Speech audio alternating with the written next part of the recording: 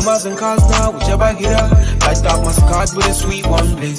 Someone flicks me a bag by the end. So, it's another one. It's another one, yeah. It's a full strand, yeah. Oh, it's another one. It's another one, yeah.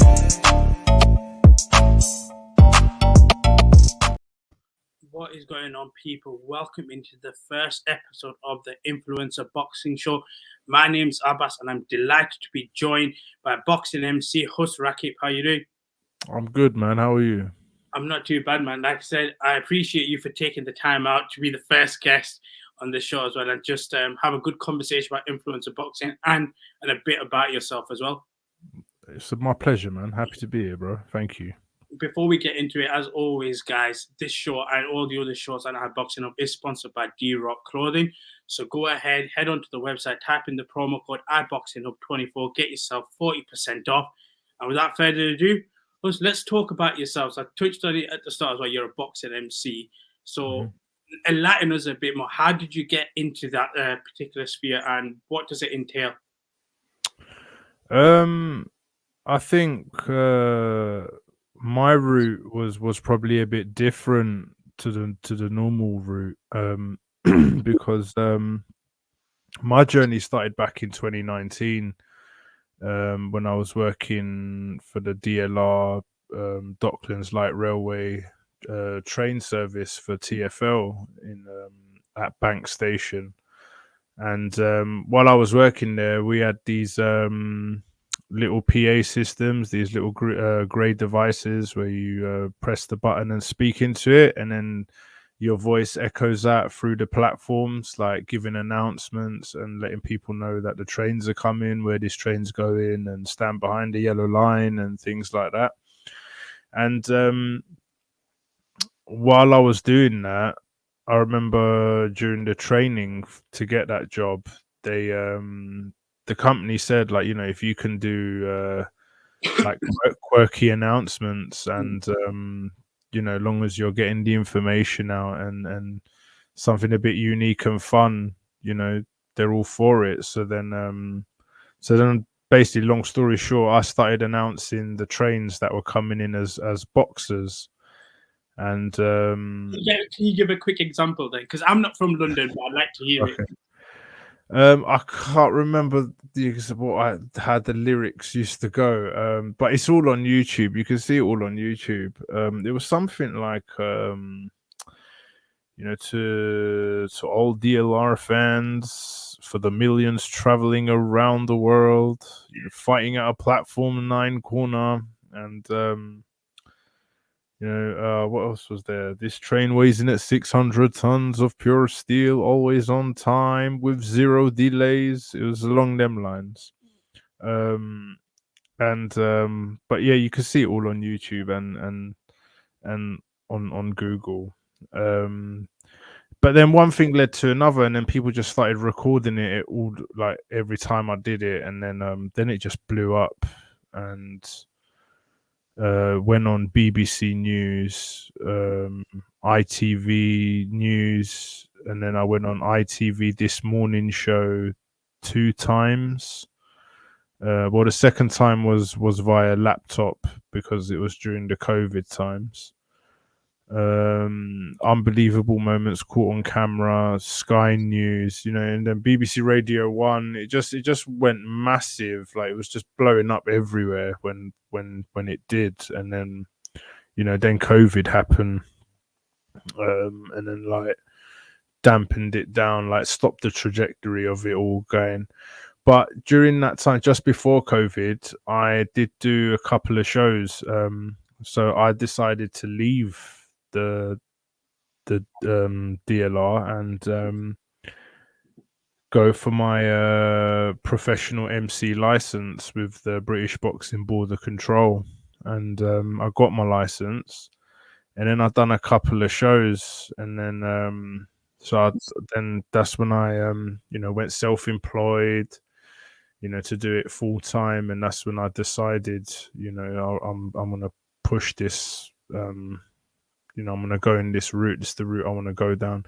And just because, like, when it was going big, you know, like Michael Buffer was the first like major person in the scene to retweet it back then. You know, so that when he retweeted that, that's what made me think, you know, if he clearly sees something and I've clearly got something, then I'm gonna pursue it. And then when COVID happened, you know, it put a stop to sporting events, and a lot of people were allowed in. As sporting events came back, you know, I had to still build up, do small hall shows after small hall shows, and then yeah, man, now we are where we are today, man. And yeah, so I was gonna say we go from the pros. You mentioned before you do pros and you do influencer boxing as well. Mhm. There's been, like I said, with influencer boxing, when it came about, there was some negativity about it. I want to get your views on from when it started, if you were even paying attention to it at that particular point in time, to where we are now and the growth of it. And does it get a fair rap when some people negatively criticize it? I mean, the only thing I knew of influencer boxing before I got into it was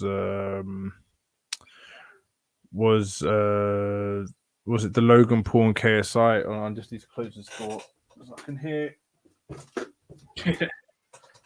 my son coming up. There we go. I'll let him in if he starts screaming.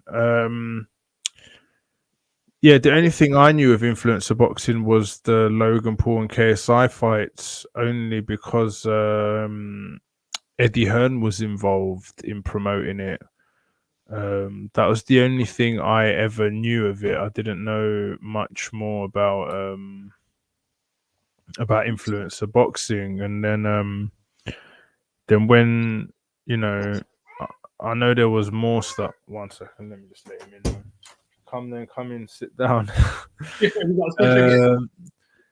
And then obviously, like when Misfits came around, I know like it did get a lot of negativity, influencer boxing did, but you know what, when you actually look at it, anything that's in the public eye or in, you know, in any sport or anything, what doesn't receive negativity?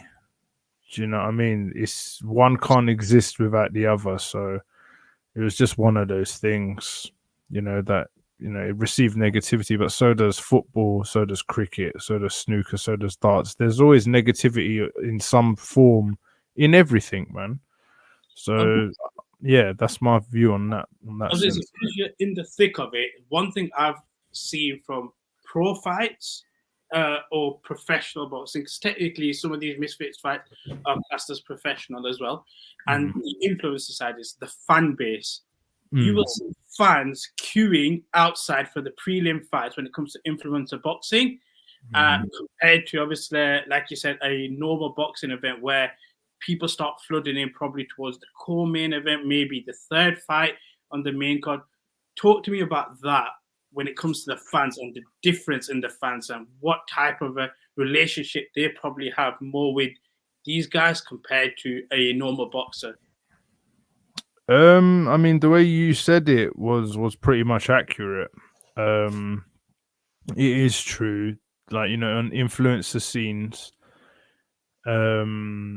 the fans pack out the arena or venue from start until finish. It put me by surprise. I genuinely saw. I was like, "What is happening here?"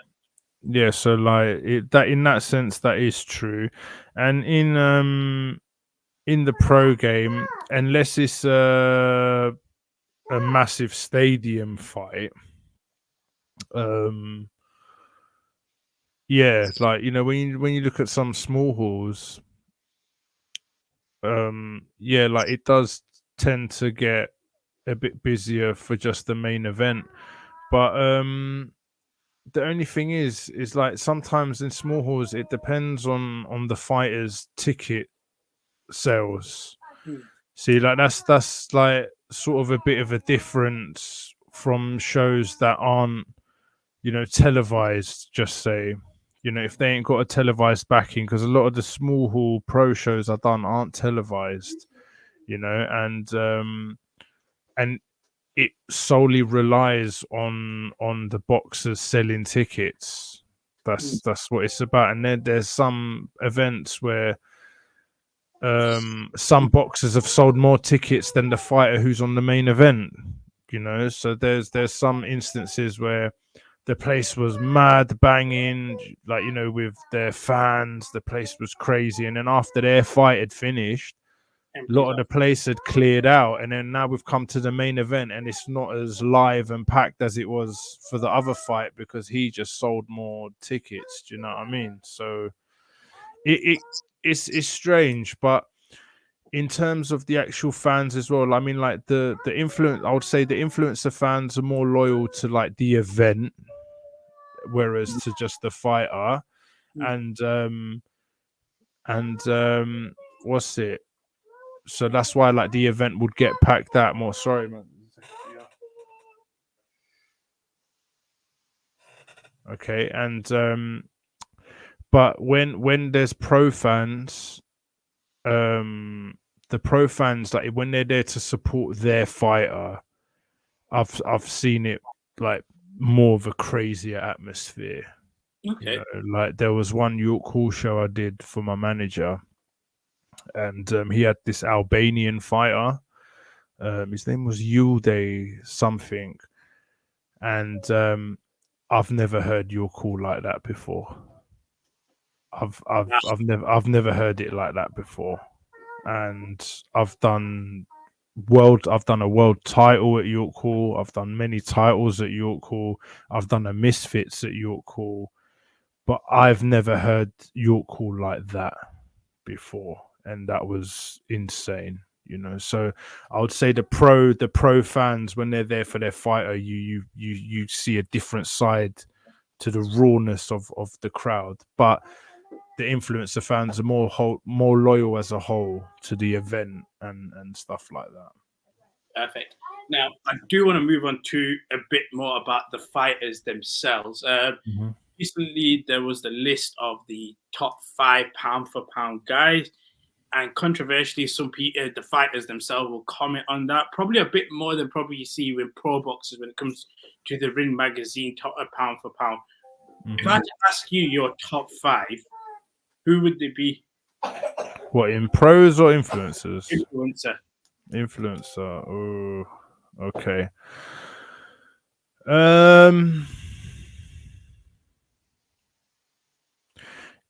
You know what? Top spot.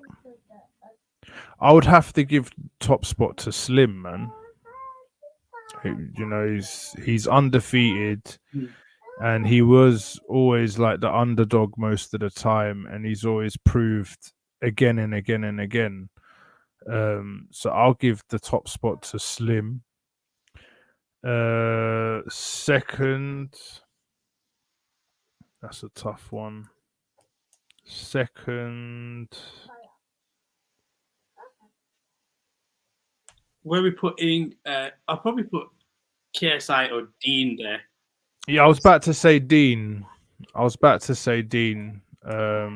Dean's got very good technique, and you know, his skills are really good, and you know, the Waleed Sharks rematch, you know, he just turned it up that match.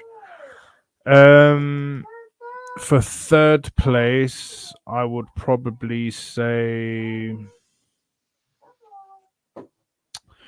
you know, I'm in a mix between Salt Pappy and King Kenny. Would you not put KSI as third? Or I mean, KSI. I mean, like KSI is a solid fighter.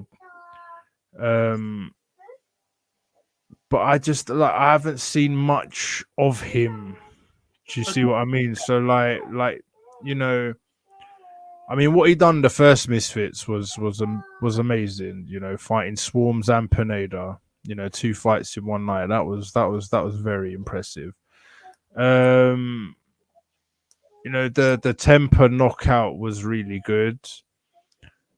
You know, then the Fournier fight. You know, I had him winning that anyway, but then you know the elbow knockout. You know that added like as a no contest. And then the Tommy Fury fight, I actually had that as a draw. I was ready to hear it as come out as a draw, and then we were gonna have a mad rematch. That's what I thought before the result was announced. 1 second, and yeah, so like I would like to see more, you know, but I don't think he'll fight as often as the misfit roster of fighters will be fighting. Do you see what I mean? Yeah. So I'm just going with from like, you know, because I work in the pro game as well. Like I'm just going with what I see as you know, like fighters on how many fights they're taking and who they're fighting, you know, the level of the fights and stuff like that. Do you see what I mean? So like, I mean, you can put KSI first as well, really, but you know, I'm just going with like from me coming from a pro background in how the fighters are fighting in the influencer scene and how many fights they're having, and you know, do you see what I'm saying? Yeah, definitely. So that's why I would put Slim first, Dean second, and then you know, it's a tough one with, you know, Salt Pappy's really impressive on you know the knockouts he had, and but also King Kenny. But then you got Anthony Taylor as well, who's like it would probably be 3, 4, or 5 in a specific order. You could probably look at. yeah, I mean, but the thing is as well, but then look at Fox the G's first fight.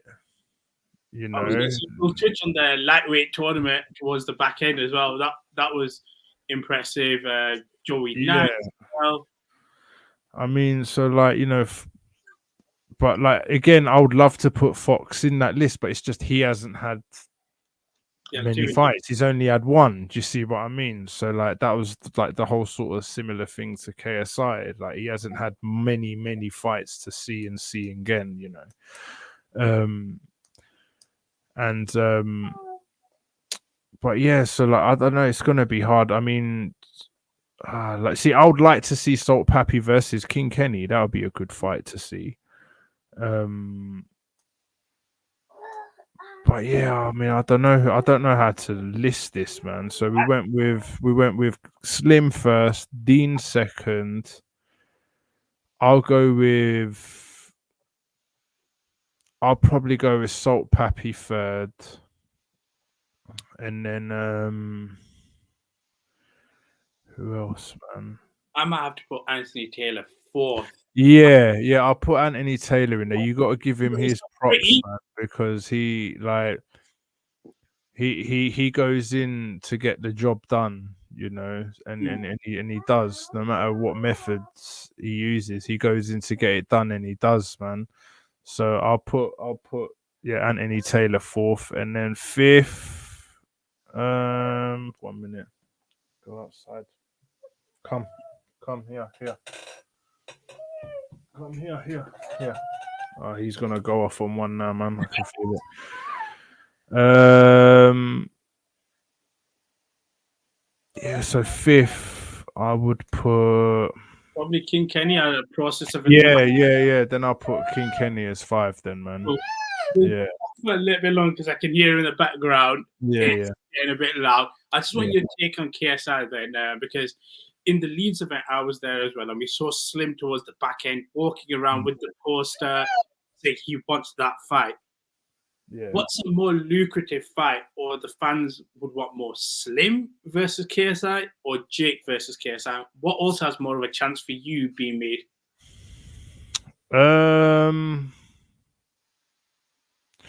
I mean, I would like to see Slim KSI, but I think the world is ready for a Jake Paul KSI. You think I always said this when it comes to influence boxing, that feels like the culmination. Like that is the just like how we got the heavyweight fight happening soon in Saudi Arabia.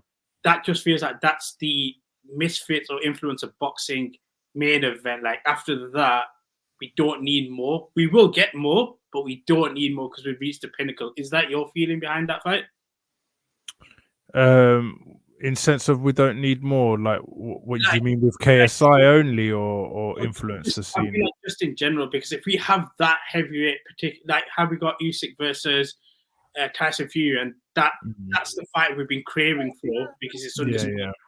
In terms of the influencer scene, I feel like that's the one fight. If we ask people, that's the one they want, and then they're very happy. Yeah, the Jake. I think the KSI Jake Paul fight can easily sell out the stadium. No issues, no problems, hands down. You know, and I don't think I can see KSI Slim doing that. Do you see what I mean? Yeah, I hear that completely. Like, I can't see the KSI Slim fight doing that, but hands down, the KSI Jake Paul fight would easily sell out Wembley Stadium. I was going to say, or any stadium, they'll sell it out. Would you do either? Would the fight sell better here in the UK, or would they sell better in America? Because I think Logan and Jake Logan and KSI, I believe, was in America for the second one. If I'm not wrong. I can't remember. But I'm saying this particular fight, I think personally for me, if they are going to make them, I think in England they sell out better. So I'm interested to hear your take on that. Yeah, I think so. I think it should be in England. Yeah, because I was speaking to him as well, and he was saying, I think the Misfit events in England have been better. Like, I'm not talking about terms of cards and stuff. I'm just talking about like. Well, the thing is, I ain't been to the American shows. I've never worked them, and but from what I see on TV and see how how packed it is and stuff, I think the UK ones have done better in that sense, and I think in the UK it should, if they done that fight, I think it should be in the UK. I want your interesting take on this quickly before the lightweight tournament that we'll talk about. KSI and Misfits being on Dazn. Is KSI arguably the third most expensive and most important commodity for Dazn boxing at this moment in time, behind Canelo and Joshua in terms of revenue? Or do you think he even slots in between either of them two? That I have no idea, man. I don't know who's pulling what figures and stuff like that. I really couldn't give you an answer, even if I could, because I don't know. I can't say yes or no or this person that way, because I really don't know anything about who's pulling what figures for the zone or nothing, man. Because for me, I always have this interesting conversation with people. I'd say it to a lot of people that they don't actually understand the pulling power this guy has compared to regular boxers in terms of the financial side of things. Yeah. People subscribe if they know he's fighting compared to probably other boxers. Yeah, let's just move on quickly. The lightweight tournament that Misfits have announced. What's your opinion on it? And also the field itself, like how competitive is that field for someone who's maybe trying to get an interest into influencer boxing? Like, how good is this for someone to tune in and watch? I think anyone who's enthusiastic about boxing and in that weight category should watch it, because this end of the day is influencer boxing, and it could inspire you to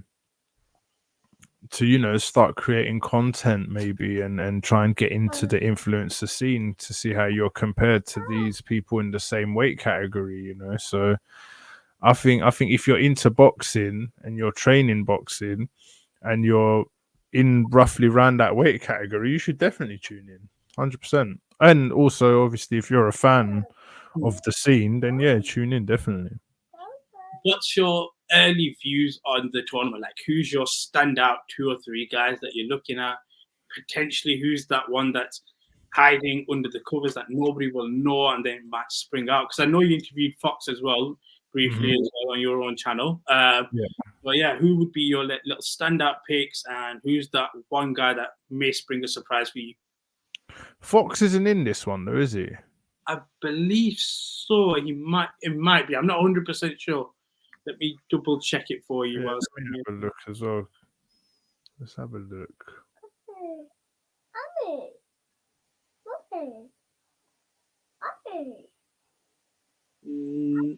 no, you're right. He's not. Yeah, I thought so. I didn't think he was in it. So yeah, who would be your Right.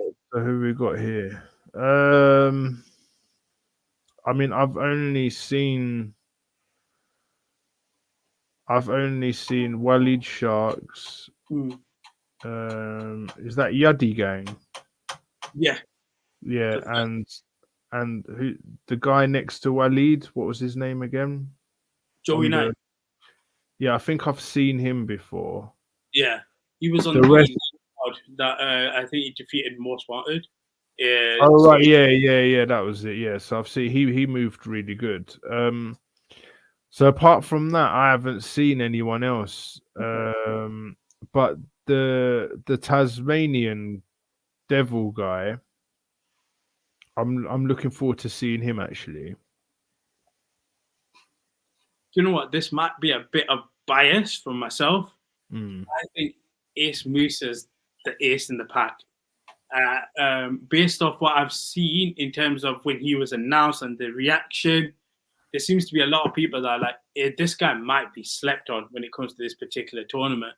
Okay. But overall, as an event type of thing, are you impressed with what Misfits have done in terms of where it started to where we are currently at type of thing? And yeah, what do you think going forward is the project for influencer boxing? Do you expect it to grow and continue to grow, or where are we looking when it comes to influencer boxing? Just to conclude. I mean, what Misfits have done has been amazing. You can't I understand how some of the pro fans are a bit anti-influencer events, probably due to the fact of the level of funding and revenue that it generates for fighters and stuff. But you can't knock off the space, man. Everything evolves, nothing stays the same, and the influencer scene is definitely a powerhouse in the sport because they've influenced a lot of the younger audience to start training, to get into boxing gyms, which is very inspirational and great to see. And it's also sort of shaping and molding even the pro scene slightly, because when Misfits came about, the pro scene wasn't what it is in Saudi today as much. Then when the event came of the Day of Reckoning, when it was I think it was Fury Ngannou and Joshua versus, was it Wallin, I think. Yeah. And then you had Deontay Wilder versus Parker, and then that's Eddie Hearn and Frank Warren coming together. That's something that I think, I know His Excellency played a huge part in it, and he's a fan of the sport and helped save the actual boxing, but it needed that because of what the influencer scene has come and done. I mean, you could have, the influencer scene came in by storm and is still going super strong because the people fighting on there are influencers with thousands to millions of followers, you know, and like the younger generation. So they've come in and they've you know, they've set such a big standard. And so the original people in the sport, you lot had to evolve as well. Otherwise, you know, it's gonna create a bigger distance the more time went on, you know. So now they're doing Matchroom and Queensbury 5 versus 5, you know, where Frank gets to pick his 5 fighters and Eddie Hearn gets to pick his 5 fighters, and then they're gonna have a match. Like, you know, that's when So did that ever happen before influencer? Before Yeah. influencer boxing, when did that ever happen? It didn't, you know. So like, I think it sparked for the pro game to also, you know, evolve, and you can't deny what influencer boxing has done in the scene. You just can't. One final question then, just a simple, well, not a simple yes or no, but if you were ever given the opportunity, would you lace up a pair of gloves and go for it in the ring? You know, I got asked that the other day. I mean, I'm training tonight, man. Thing is with me, I've I've been on a really like mad weight loss journey, and you know, I've lost a lot of weight. I've lost, I think, near enough 5 stones of weight, and I'm on my like body transformation journey. So I'm training tonight at my manager's gym, you know, boxing, and Yeah. I've done martial arts for 8 years, so I have like got a combat sort of background. Um, but to actually lace up the gloves and get into the ring, Time. I mean, look, it's never say never, and you know, I'm not saying no, never. If the opportunity felt right and it came about, and you know, I felt ready, then yeah, why not? Do you know what I mean? I won't say no. I wouldn't mind getting in there having a scrap with someone. Um, you know, and yeah, so yeah, that's yeah. It depends if the time was right and it felt right, and you know, I was like physically fit, ready, and in shape, and in good form, and I've been training. Then yeah, of course, yeah, I'd go in and have a fight. I love that. I love that. But with that, we are going to wrap up the first episode of the Influencer Boxing. So, again, thank you for taking the time out. Obviously, because in the background, you might have to go and look after your children now as well. So, I let Yeah, you go with that, taking enough of your time. But again, guys, as always, if you enjoy the content, drop a like, share, subscribe. Again, hit up D-Rock's website, type in the code iBoxingHub24, get yourself 40% off all clothes. But yeah, until next time, guys, love and peace. peace, man.